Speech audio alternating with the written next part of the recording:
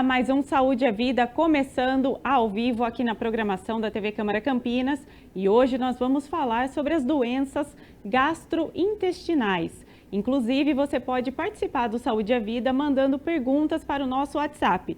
O DDD é o 19, o número é o 97829-3776, já está aparecendo aí inclusive na sua tela também e você pode acessar pelo QR Code através do celular. Desde o nosso nascimento, o trato gastrointestinal atua para fornecer nutrientes para o organismo, aumentar a resposta imune e abrigar a microbiota intestinal, além de servir aí como um segundo cérebro, né, com o eixo cérebro-intestino. Mas as doenças gastrointestinais, elas estão atingindo milhares de pessoas em todo o mundo.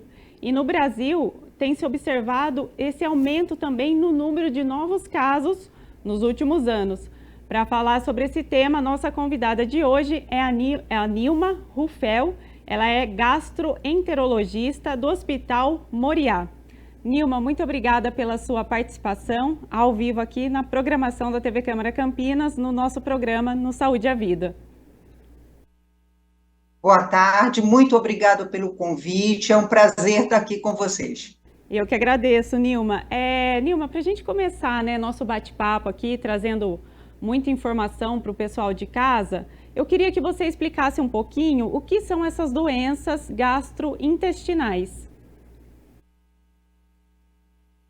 Qualquer doença que atinja o aparelho digestivo é dita como gastrointestinal, e o aparelho digestivo é um dos maiores que a gente tem no corpo. Começa na boca, termina no ânus, tá? Então a gente tem as patologias do esôfago, do estômago, do intestino, e a gente tem os órgãos acessórios ali, como fígado, baço, pâncreas, que todos estão ali interligados a este aparelho digestivo. Doutora Nilma, agora quais são as principais manifestações de que algo não vai bem aí com o nosso intestino, né? Quais são os primeiros sinais que o corpo vai dando? Depende muito da faixa etária da pessoa. O intestino, ele é um órgão que ele precisa ter um bom funcionamento para que a pessoa tenha conforto. E a gente costuma dizer que o intestino pode funcionar diário, ele pode funcionar a cada 3 dias, ele pode funcionar até 3 vezes por dia, e tudo isso é dentro de um leque que se chama normalidade. Ninguém nasce com um manual de funcionamento, olha, o meu vai ser assim. Faz qualquer sinal de alarme para a gente, de alerta, uma mudança naquele ritmo que a pessoa tinha de funcionamento. Então, meu intestino funcionava diariamente, uma vez por dia.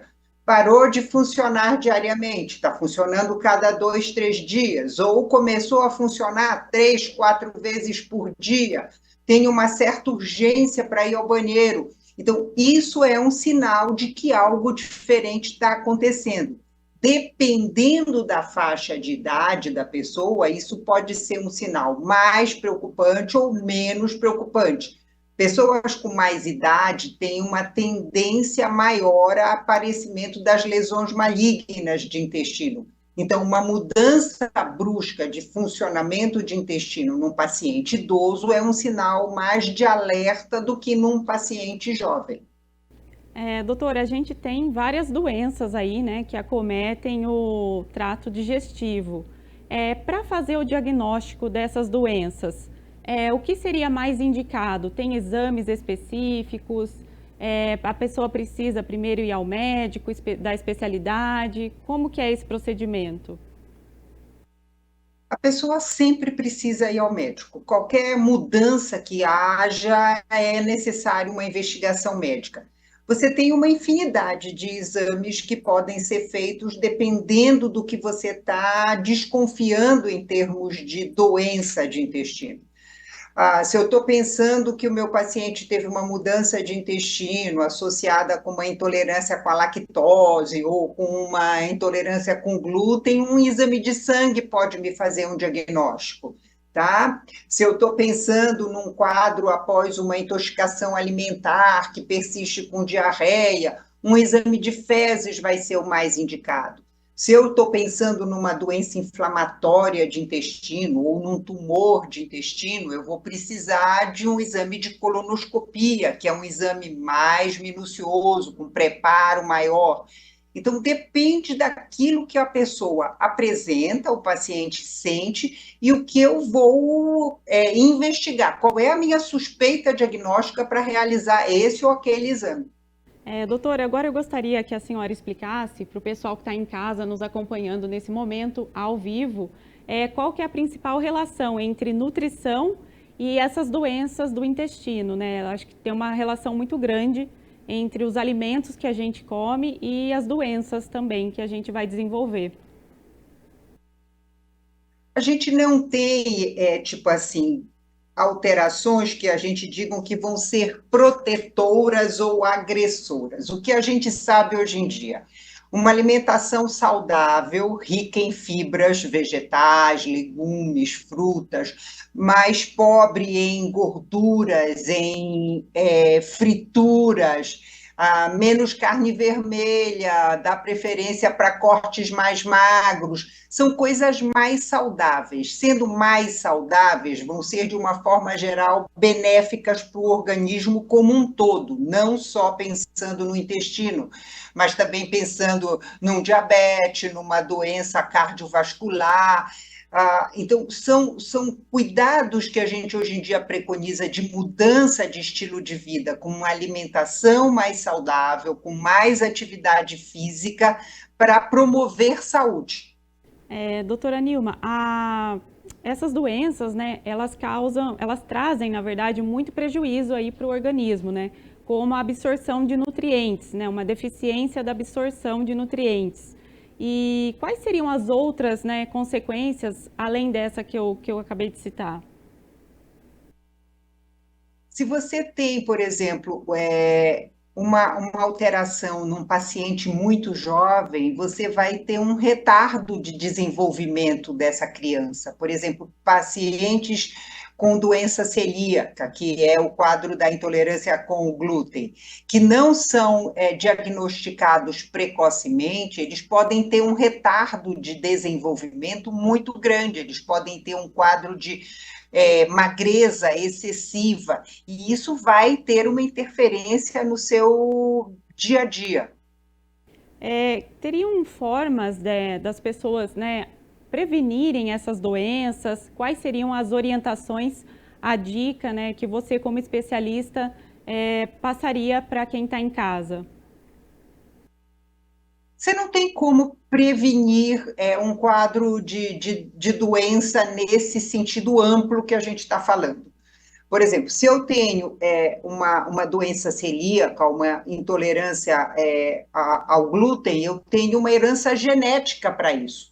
A única forma de prevenir qualquer coisa seria um diagnóstico precoce e parar de usar um glúten. Tá? Se eu tenho, por exemplo, uma doença inflamatória de intestino, eu preciso de um diagnóstico para o uso adequado de uma medicação e uma melhora nesse meu estilo de vida em termos de cuidado alimentar, esporte, etc. Então, não existe uma prevenção, depende do que eu estou falando, do que eu tenho de diagnóstico. Eu acho que, assim, a mensagem inicial é a seguinte: houve uma mudança no meu funcionamento de intestino, eu vou procurar um médico, eu posso procurar primeiro até um clínico, procurar uma unidade básica de saúde, tá? E a partir dali eu vou começar uma investigação. Vou precisar chegar num gastroenterologista em algumas situações, mas em situações mais simples, numa unidade básica eu consigo começar uma investigação e direcionar melhor. Agora, é sempre muito importante uma boa qualidade alimentar, com certeza absoluta, tá? E hoje em dia o que a gente coloca não é só me alimentar bem, é também atividade física regular. Doutora, como esse assunto ele é bem extenso, né, bem vasto, para a gente aprofundar melhor esse tema, eu queria que você falasse sobre, nesse momento, né, sobre duas doenças. A primeira é o refluxo. Explicar o que é o refluxo, quais são os principais sinais e sintomas no organismo. Então, vamos lá, nós saímos do intestino e estamos indo para o esôfago, tá? Porção mais alta do aparelho digestivo, me alimentei, passa pelo esôfago, vai chegar no estômago. O que acontece? Refluxo é a subida do ácido do estômago para o esôfago. Esse refluxo ele pode levar a uma lesão na parede do esôfago, que é uma esofagite. O que desencadeia isso? Eu ter uma acidez maior dentro do meu estômago. E essa acidez está associada com cuidados de alimentação e com cuidados de postura. Então, para eu ter um bom funcionamento esôfago-estômago, eu preciso me alimentar em horários regulares, eu preciso comer devagar, mastigar bem os alimentos, para ele chegar triturado no meu estômago e sofrer o processo de digestão. E eu preciso não deitar depois da refeição. Eu gosto muito de falar para os meus pacientes, para eles olharem assim, ó. Eu tenho esôfago, eu tenho uma válvulazinha que fecha entre o esôfago e o estômago, e aí eu tenho o meu estômago. Se eu estou em pé e eu estou sentada, eu tenho tudo me ajudando a fazer esse esvaziamento pós-refeição, tá? E eu devo permanecer nessa posição por pelo menos 2 ou 3 horas depois que eu me alimento, porque com 1 hora pós-refeição, eu tenho o pico máximo de ácido aqui dentro do meu estômago. Eu não posso deitar. Se eu deitar, eu vou fazer o refluxo, eu vou fazer o fluxo contrário, eu vou lesar a minha parede de esôfago e eu vou ter uma esofagite. Entendi. E nesse caso, doutora, você não pode, seria mais uma orientação para o período da noite, não jantar e já em seguida ir deitar, ou também aquelas pessoas, né, almoçam e gostam de tirar um A cochilinho. soneca da tarde. A soneca da tarde, é o deitar. Eu falo para o meu paciente assim, gente, você chegou muito cansado, você tá muito cansado, você jantou, dorme sentado, senta confortável no sofá, põe o pezinho em cima da cadeira, cruza o seu bracinho e fica lá, dá o primeiro sono sentado, põe o relógio para despertar daqui a 2 horas e aí você escorrega e deita, mas mantém essa força da gravidade a seu favor, te ajudando. Fazer uma caminhada logo depois também é recomendado? Ou... Pode, é bem-vindo, mas às vezes a pessoa à noite não faz isso, entendeu? Então, uma orientação que eu sempre coloco, ai, mas eu chego tarde, eu janto tarde. Tá, mas será que eu não posso chegar em casa, lavar as mãos, sentar e jantar? Depois eu vou fazer as outras coisas, eu vou separar a minha correspondência, eu vou tomar meu banho, eu vou separar as coisas para eu ir trabalhar amanhã. Eu ganho 1 hora, 1 hora e meia já nesse intervalo, e é só uma mudançazinha no meu ritmo de vida. Não tem muita coisa, é só mudar. Senão eu vou chegar em casa, tomar meu banho, arrumar tudo. Quando eu acabar de fazer tudo isso, eu vou deitar, eu vou jantar e deitar. É uma dica bem valiosa mesmo, né? Até porque você vai chegar, já se alimenta e enquanto a digestão vai acontecendo, você vai adiantando as outras Você tarefas. vai tocando as suas coisas. Todo mundo tem que chegar em casa e fazer um monte de coisa. Isso é real. Então, só inverter. E, doutora, qual é o diagnóstico para o refluxo? O diagnóstico de refluxo ele é clínico. A gente indica a endoscopia para ver como é que está a parede do esôfago, o quanto eu tenho de lesão nessa parede do esôfago. Mas assim, o paciente chega te contando que ele tem um pigarro, tá? Ele tem uma queimação, ele tem uma sensação de que tem alguma coisa que sobe, que desce nessa região aqui de esôfago. Ele tem algumas vezes uma sensação de que afoga quando ele deita depois da refeição, volta aquilo, ele se afoga, ele sente a boca encher de água em algumas situações, e existem aquelas queixas que a gente fala que são fora da parte digestiva, são extra, tá? É aquela queixa de tosse, de rouquidão, paciente que tem muito pigarro, às vezes limita a atividade profissional desse paciente, porque ele precisa falar, ele precisa se expressar e ele tem muita tosse por conta disso. Doutora Nilma, e qual seria então o tratamento ideal assim para o refluxo? Além da mudança de cuidado alimentar, de medidas posturais, que nem a gente falou, existem medicamentos, tá? A gente tem medicamentos que agem inibindo a produção do ácido dentro do estômago e com isso a gente cicatriza, tá? A esofagite e a gastrite. É importante que o paciente entenda que cuidar do refluxo é para sempre. Ele vai tratar com medicamento aquela fase aguda, que tem inflamação na parede do esôfago, mas a mudança na vida dele é para sempre. Ele vai ter que ter sempre esses cuidados de alimentação, senão ele vai voltar a ter essa chance de refluir e de novo fazer uma lesão de parede esofágica. Doutora, falando ainda um pouquinho dessa parte do estômago, muitas pessoas recebem o diagnóstico da bactéria H. pylori, né? Ela é muito comum. A bactéria, hoje em dia, ela é de orientação ser investigada. Até algum tempo atrás, a gente só se preocupava com a bactéria quando a gente tinha a úlcera presente. Teve úlcera e eu pesquiso a bactéria. Não teve úlcera, a bactéria não tem nenhum papel.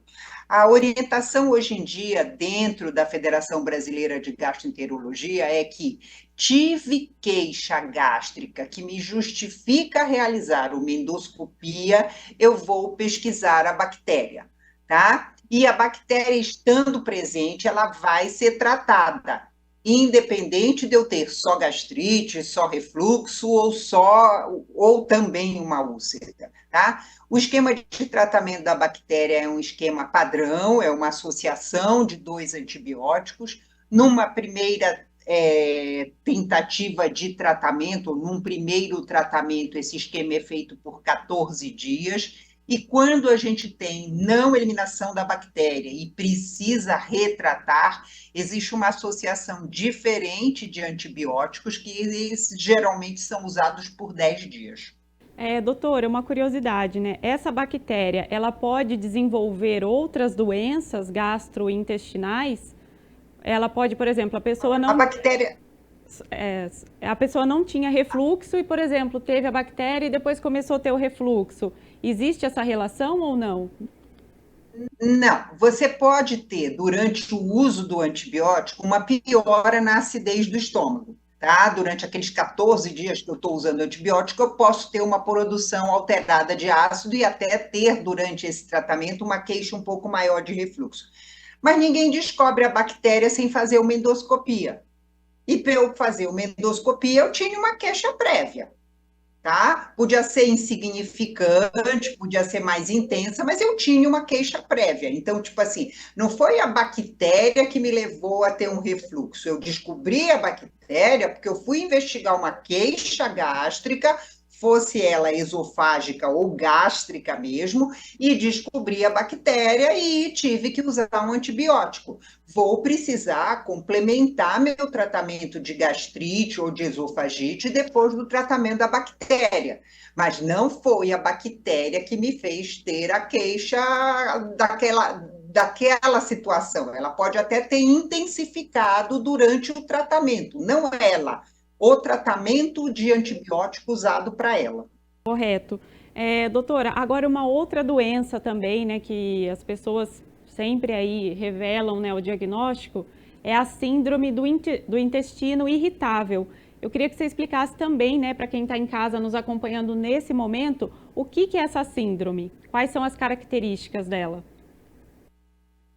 Saímos do esôfago, estamos indo para a parte baixa de aparelho digestivo, tá? Então, assim, a síndrome do intestino irritável é uma alteração de funcionamento de intestino, onde não existe uma lesão orgânica determinando essa alteração. Então, eu tenho uma queixa de desconforto abdominal, uma sensação de que eu percebo meu intestino, que no decorrer do dia eu vou ficando estufada, e eu tenho um funcionamento de intestino irregular. Ele prende, ou ele solta, ou ele alterna entre soltar e prender. E isso evolui de forma cíclica, períodos que melhora, períodos que intensifica, períodos que parece que passou tudo e períodos que está bem intenso. Essa queixa acontece porque eu tenho, por estresse, por ansiedade, por lado emocional, uma alteração da movimentação, da motilidade das alças do meu intestino. E aí eu tenho toda essa queixa. Eu não tenho uma lesão. Se eu fizer uma colonoscopia, a parede de intestino ela é toda normal, não existe nenhuma úlcera, nenhuma erosão, ela está bonitinha. A alteração é de movimento. E o que causa, né, essa irritação? Tem a ver aí, como a senhora falou, né, com as emoções, com mais o lado emocional ou é o que a Tem pessoa a ver come? com. Tem relação com o estresse, sem dúvida nenhuma, e tem alguma relação com o tipo de alimento. Tem algumas pessoas que relacionam alimentos mais fermentados, mais açucarados, desencadeando mais. Mas normalmente é um lado tensional. Por isso que a gente fala que é cíclico. Tem paciente, por exemplo, que fala, e isso é uma coisa que chama muito atenção, durante o fim de semana meu intestino fica bom, eu não tenho que levantar cedo, eu não tenho que sair correndo para o trabalho, e aí tudo melhora. Mas quando é de segunda a sexta, que eu tenho que levantar, me alimentar, sair correndo, pegar o trânsito, chegar no trabalho, a queixa fica mais intensa. E nesse caso, os principais sintomas são esses. O intestino, ele não segue aí um padrão, né? Ora ele está mais solto Ele ou preso. muda, ele alterna funcionamento, e a principal queixa da síndrome do intestino irritável é dor, desconforto. Não é uma dor intensa de abdômen, mas é uma dor constante e é uma percepção da sua barriga. Normalmente a gente não percebe que a gente tem a barriga. A pessoa que tem a síndrome do intestino irritável, ela percebe os movimentos, ela fala que faz barulhos, que ela chega em determinado horário do dia, ela precisa soltar o botão da calça porque a barriga estufou demais.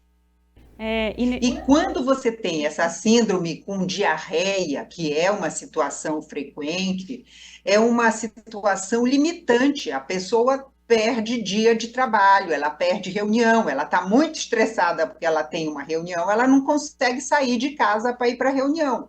Tá? E uma coisa que é bem interessante na síndrome do intestino irritável, a primeira refeição normalmente desencadeia os movimentos do intestino. Então, a pessoa começa a ter queixas depois do café da manhã.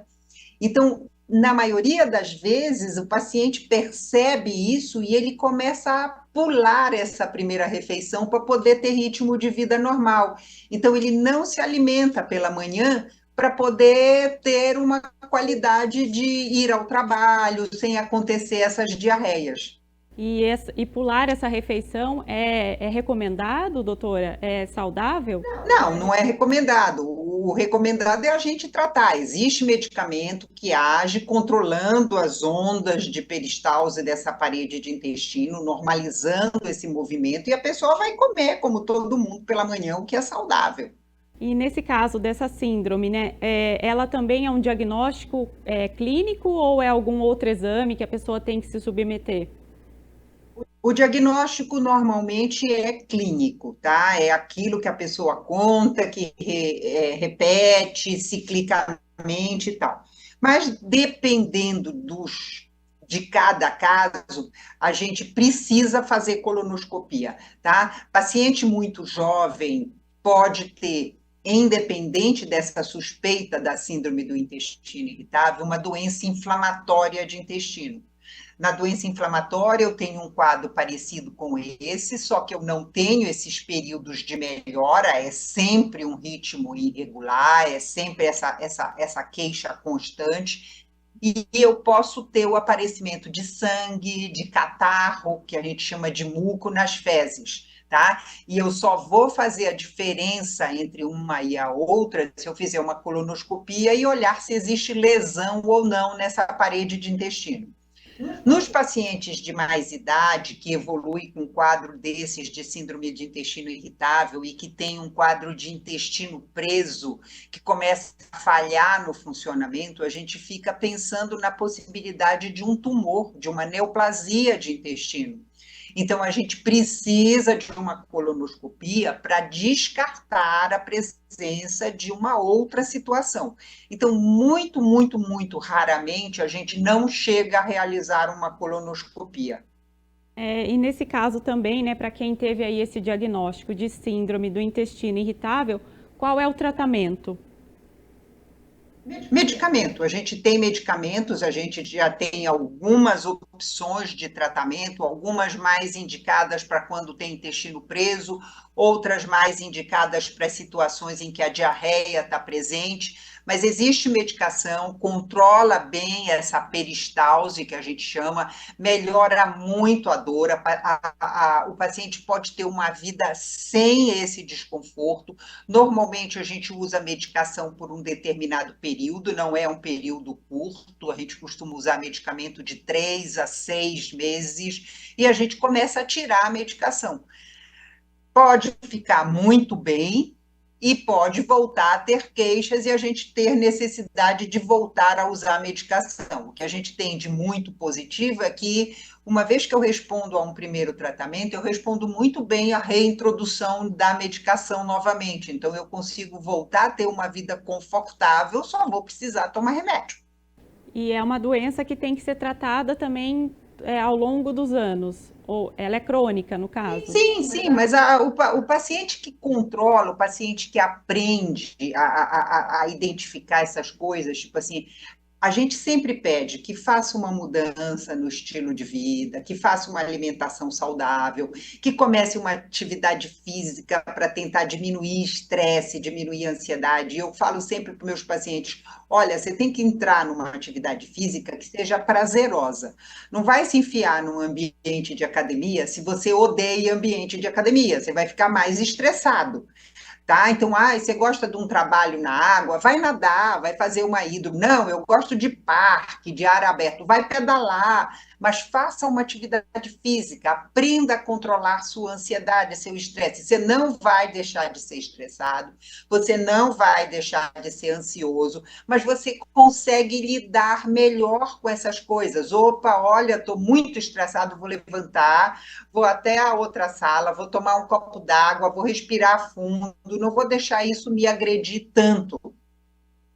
Doutora, muito se fala, né, que o intestino é o nosso segundo cérebro. Eu queria que você explicasse por que fazem essa relação, né, até para o pessoal que está nos acompanhando agora aqui ao vivo entender. Por isso mesmo que a gente está te comentando, né? Você tem um reflexo direto, você tem um estímulo direto de uma via na outra. Entendeu? Ficou estressado, você tem aumento das ondas, você tem aumento na produção de secreção, tá? Então tem tudo isso. Fora isso, a gente tem o que você falou logo no início, a gente tem uma microbiota intestinal, tá? E o equilíbrio entre essas bactérias boas e essas não boas dentro do intestino é muito importante. E aí entra muito do que eu tenho em termos de qualidade de alimento, tá? Entra muito o meu cuidado no dia a dia alimentar. Então, tudo isso tem um reflexo na saúde da pessoa.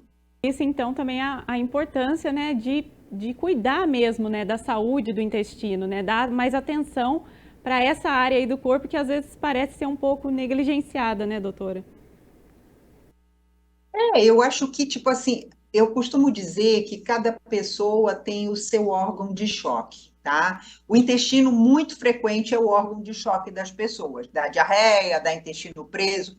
Mas existem, cada pessoa tem seu órgão de choque, tem a pessoa da enxaqueca, tem a pessoa que tem aquela dor aguda de estômago durante uma situação de estresse, tem a batedeira do peito, tudo são alterações fisiológicas. Tipo assim, eu tenho mais secreção de ácido em situação de estresse, eu tenho um aumento do meu batimento cardíaco durante essa situação. Só que cada pessoa tem uma situação que eu falo que ela somatiza de uma forma mais importante. E ainda bem que a gente somatiza, por isso a gente não enlouquece, a gente joga aquilo ali, dá aquela descarga e eu consigo continuar. Só que eu tenho que aprender a lidar com isso, senão é uma bola de neve. Eu fico muito estressado, meu intestino fica mais irregular. Eu fico extremamente preocupada porque o meu intestino está muito irregular. Aí o que que acontece? Eu me estresso mais e a bola de neve cresce, cresce e você não consegue equilibrar.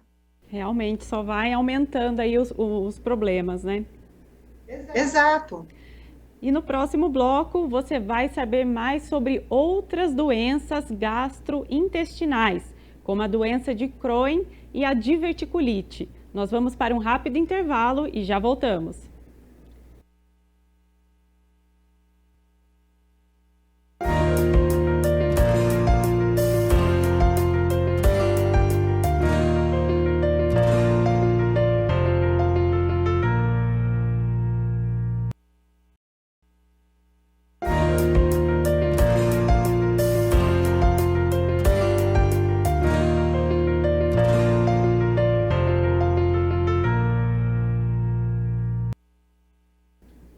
Olá, estamos de volta com o Saúde é Vida e no programa de hoje nós estamos falando sobre as doenças gastrointestinais. Lembrando que você em casa pode participar através do nosso WhatsApp, o número é 19 97829 3776 e para você mandar perguntas, comentários, participar aqui com a gente. A nossa convidada, né, a doutora Nilma, ela continua aqui no estúdio, porque agora ela vai explicar tudo sobre a doença de Crohn e diverticulite também.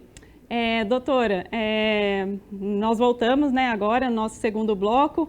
Eu quero abordar com você sobre essas duas doenças especificamente.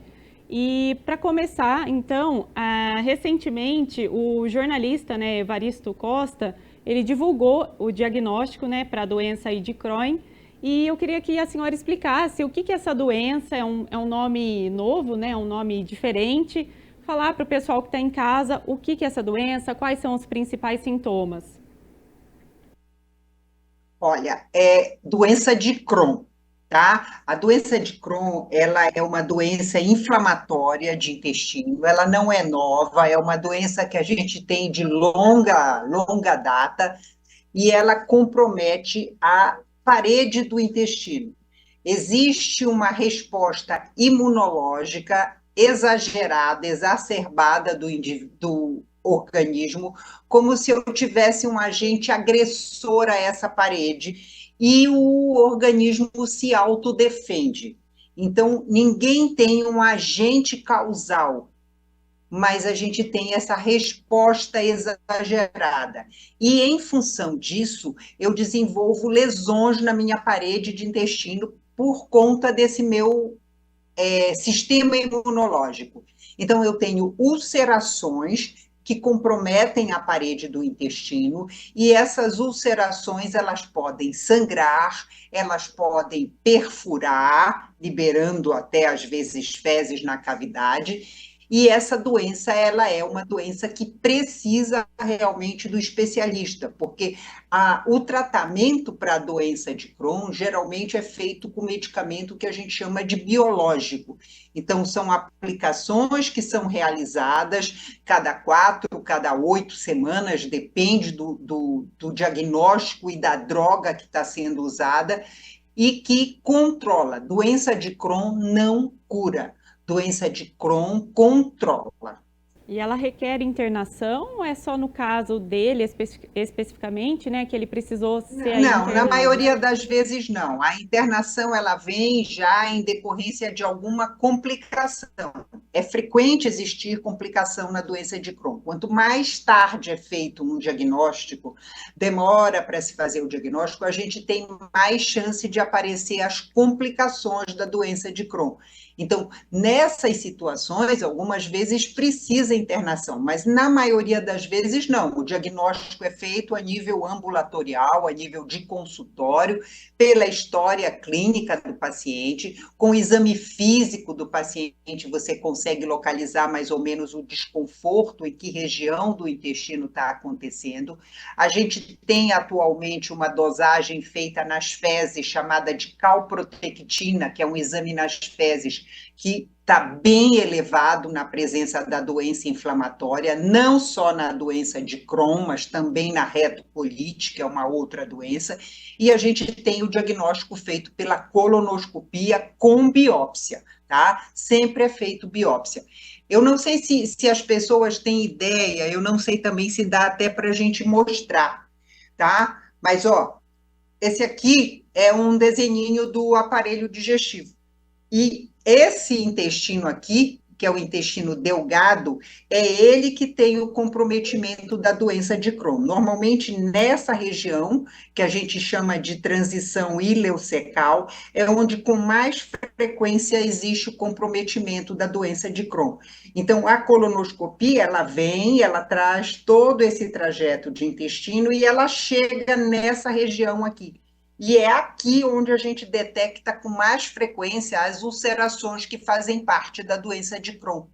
E nesse caso. É muito importante a gente ter uma boa história, porque a retocolite é a doença que pega mais esse intestino grosso, e eu preciso fazer a diferença entre as duas doenças para fazer a minha progressão de tratamento. E, doutora, nesse caso da doença de Crohn, né, quais são as principais queixas, né, que os pacientes chegam relatando, né, nos consultórios?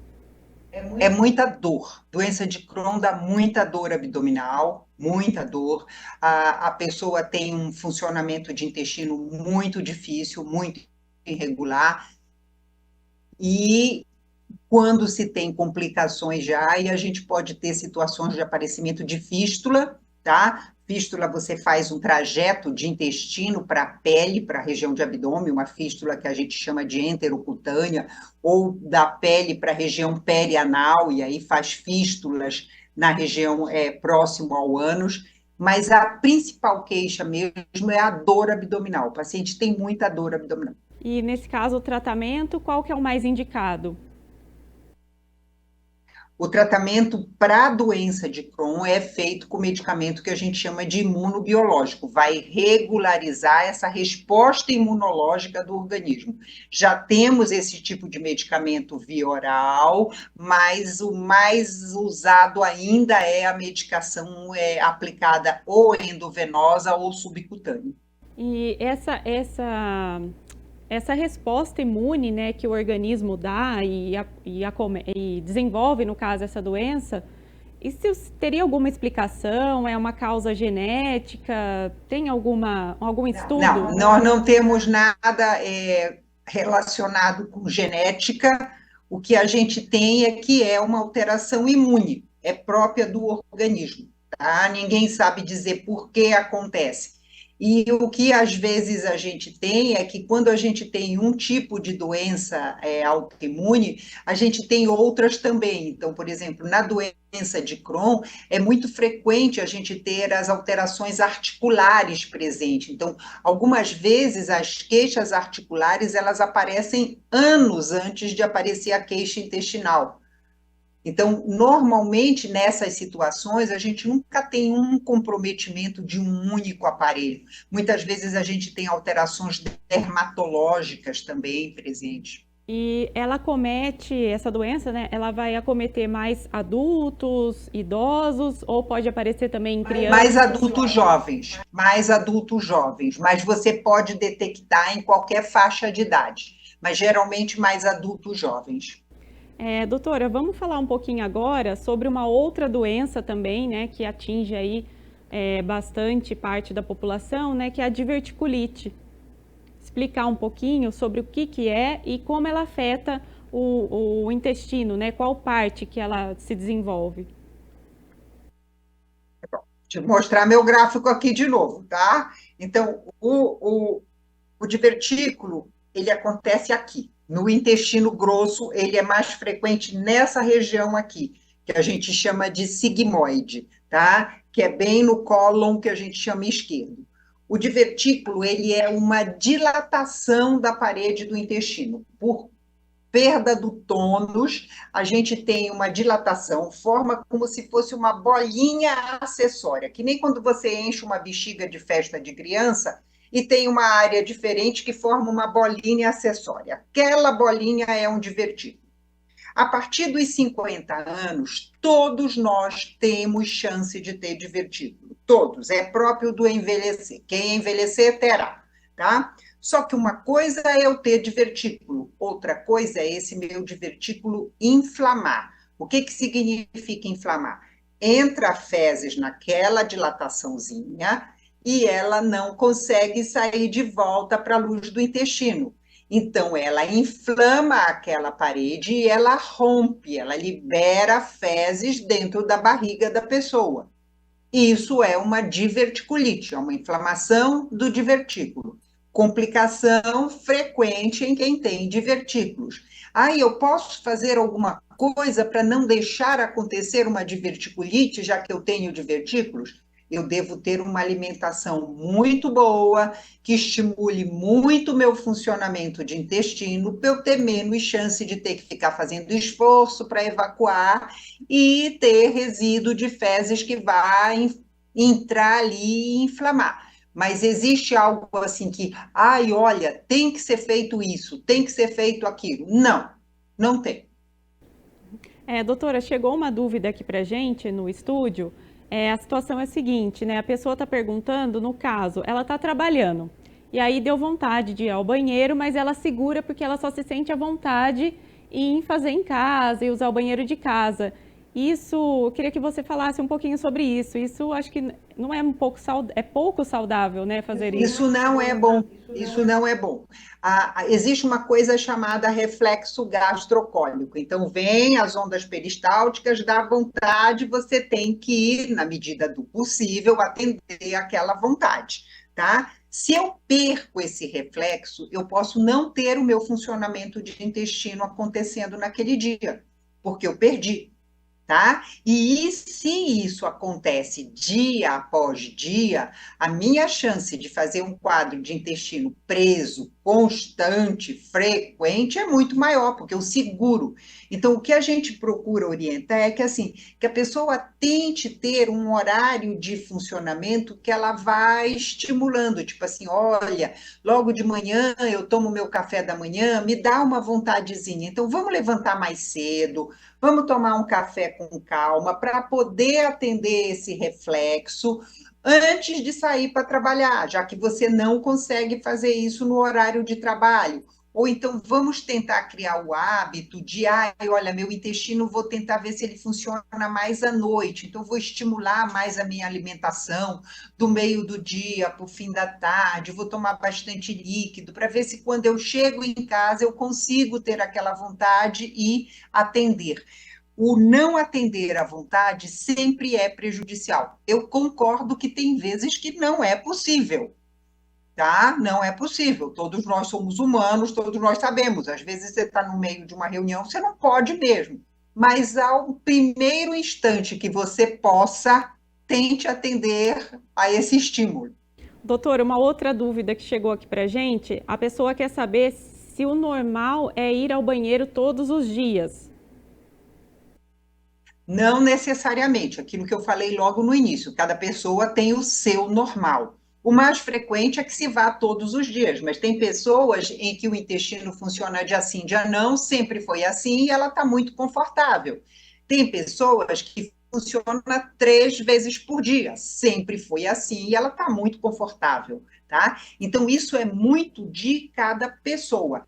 É dito que funcionar cada 3 dias e funcionar até 3 vezes por dia, dentro disso é considerado normal, desde que sempre tenha sido assim. Não houve uma mudança.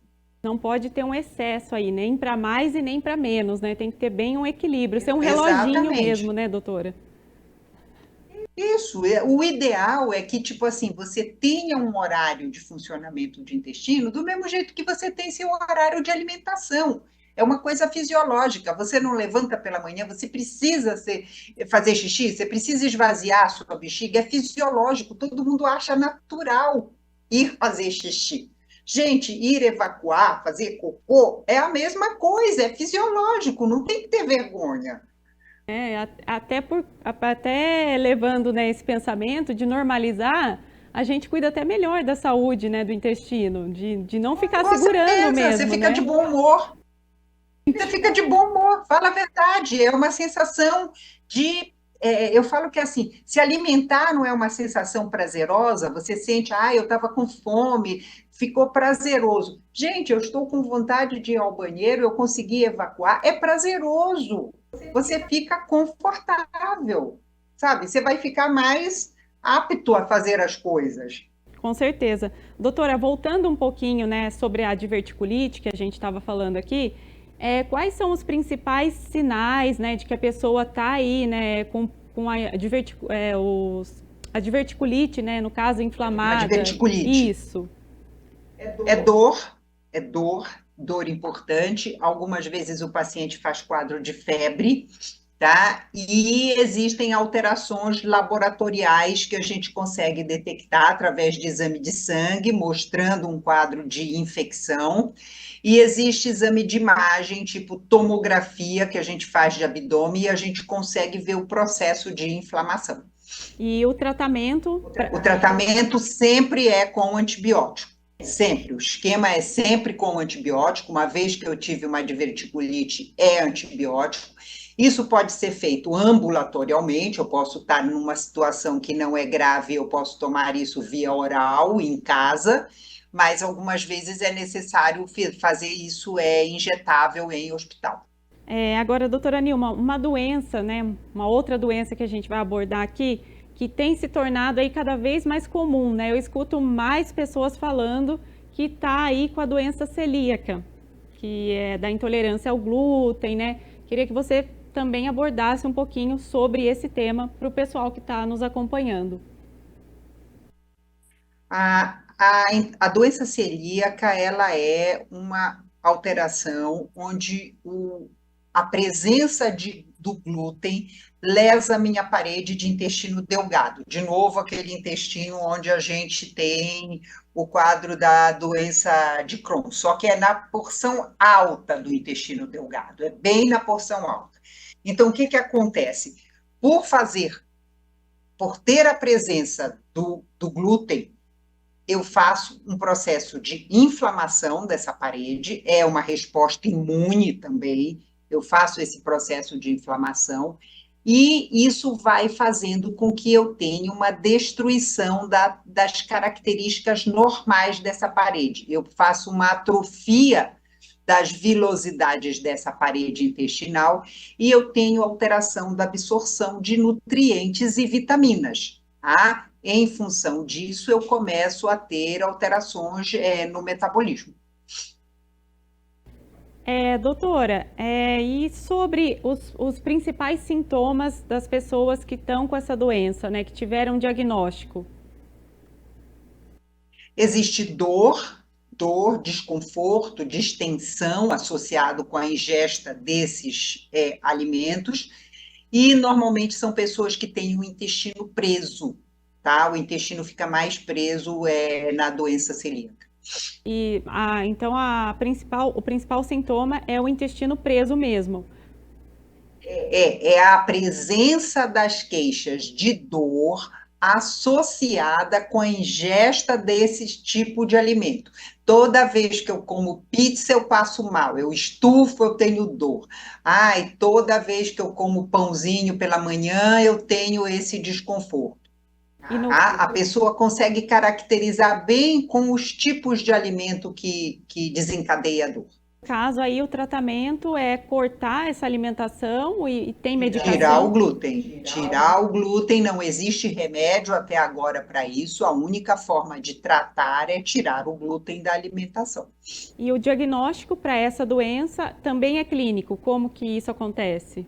O diagnóstico a gente desconfia clinicamente, existem exames de sangue que a gente faz, que a gente consegue detectar a presença de alguns anticorpos, existe o teste genético, que mostra para a gente que a pessoa tem a alteração genética para ter a doença celíaca, e existe, através da endoscopia, a biópsia da região do duodeno, que mostra que houve uma atrofia dessa parede de intestino, houve uma perda das vilosidades, que são responsáveis pela absorção dos nutrientes. Então, existe o que a gente chama de atrofia mesmo dessa parede. Por que que esse diagnóstico, né, de doença celíaca, ele parece que está aumentando a cada dia? Se isso teria uma relação com a nossa alimentação, nosso estilo de vida?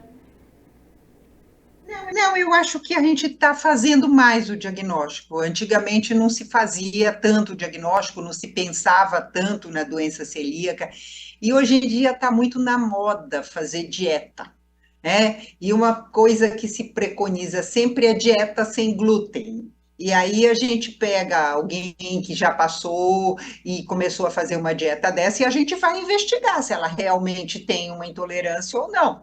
Tá? Então você acaba fechando mais diagnóstico por moda de dieta sem glúten.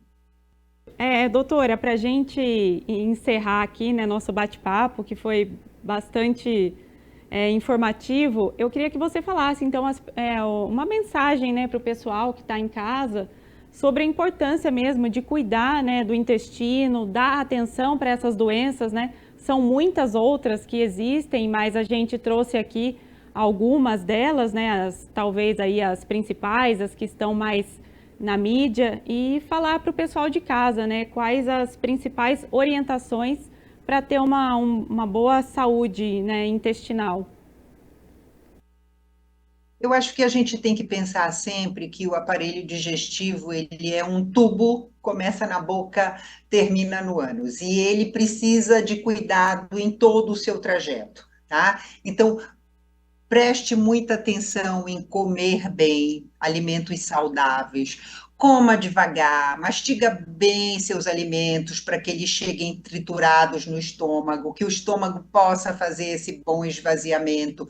Procure não deitar depois para não refluir. Procure fazer fibras e líquidos na alimentação para estimular o seu funcionamento de intestino. Procure fazer uma atividade física regular para controlar sua ansiedade, seu estresse. Mude sua qualidade de vida. Pense no seu organismo como o seu bem mais precioso. Se ele funciona, tudo fica bem.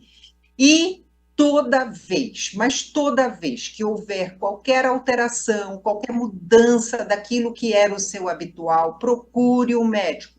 Ai, não é nada? Ótimo, maravilhoso, fiz o exame, não é nada, excelente. É alguma coisa, eu vou diagnosticar precocemente, eu vou tratar e eu vou ou curar ou controlar muito bem. É fundamental, né, o que a senhora trouxe aqui para a gente. Eu agradeço imensamente a sua participação ao vivo aqui no nosso programa. Muito obrigada, doutora.